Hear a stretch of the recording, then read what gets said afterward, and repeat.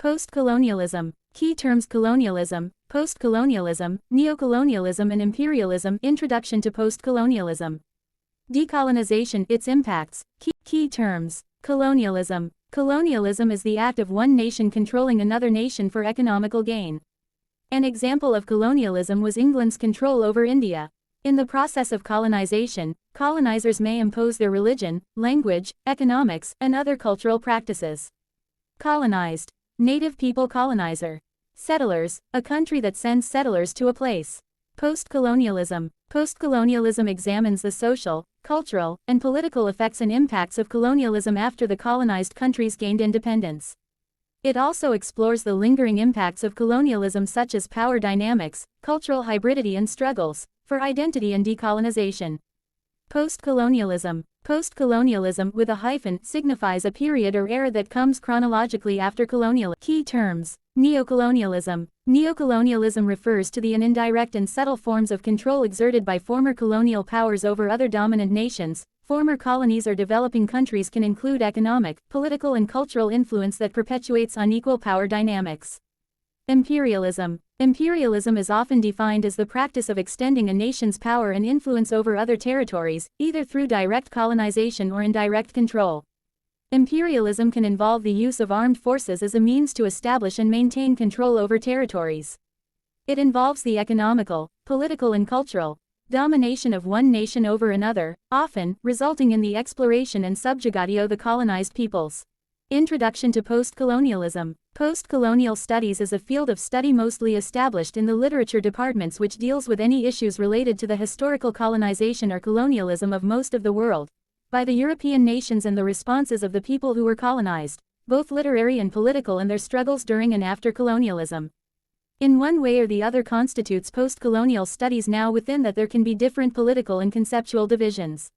You can have post-colonialism feminism, post-colonial Marxism, post-colonial historiography, but all of these fields of studies deal with issues of colonialism, its impact, and even after colonized nations become independent nations. All of that can be subsumed under the larger rubric of post-colonialism. It emerged as a response to the historical and ongoing impact of colonialism on formerly colonized regions. Post-colonial theorists explore topics like power dynamics, cultural identity, and resistance. They analyze how colonialism has shaped social, political, and economic structures, and they seek to challenge dominant narratives and perspectives. It's a fascinating area of study that sheds light on the impacts of post-colonialism. Certainly, here are some key points on the impact of post-colonialism.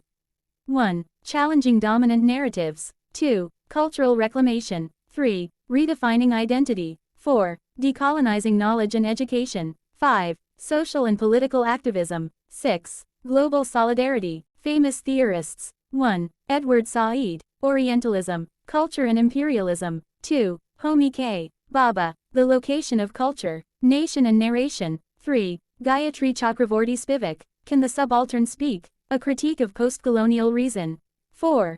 Bell Hooks. Feminism is for Everybody. Black Looks, Race and Representation. 5. Robert Young's White Mythologies, Writing History in the West. 6. Bart Moore Gilbert, Postcolonial Colonialism and Decolonization. We are explaining two important concepts related to post-colonial studies, and those are colonialism and decolonization.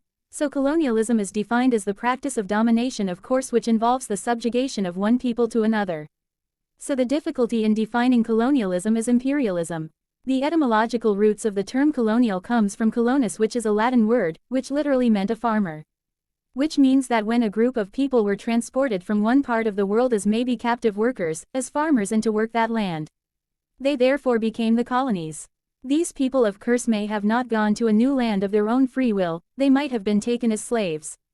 That act of appropriating another land and inhabiting it with farmers brought in from outside. Colonialism is a mode of appropriating resources and land from another part of the world by a power that has the power. What it involves in one power physically is actually occupying other people's land and then extracting from its agriculture and other resources. So an act of colonialism then literally always involves an actual conquest and the direct implementation of a system brought in by the conquerors, the colonizers. Decolonization could be understood as taking away the colonial. Decolonization is a process by which colonies become independent of the colonizing country. It is all about cultural, psychological and economic freedom. In decolonization native desire, and in order to have it, he must literally oust the settlement. Decolonial movement cannot be driven top-down, it's a movement to oust the established order, in which he says the least shall become most. It's been kept outside the prom hegemony of the colonial system. Decolonization is the replacement of the dominant group by the most silenced group. Periods of decolonization. The first lasted from 1945–1955, mainly affecting countries in the Near and Middle East and Southeast Asia. The second phase started 1955 and mainly concerned North Africa and Sub-Saharan Africa. Another phase occurred in 1970–1980 as the African and Caribbean gained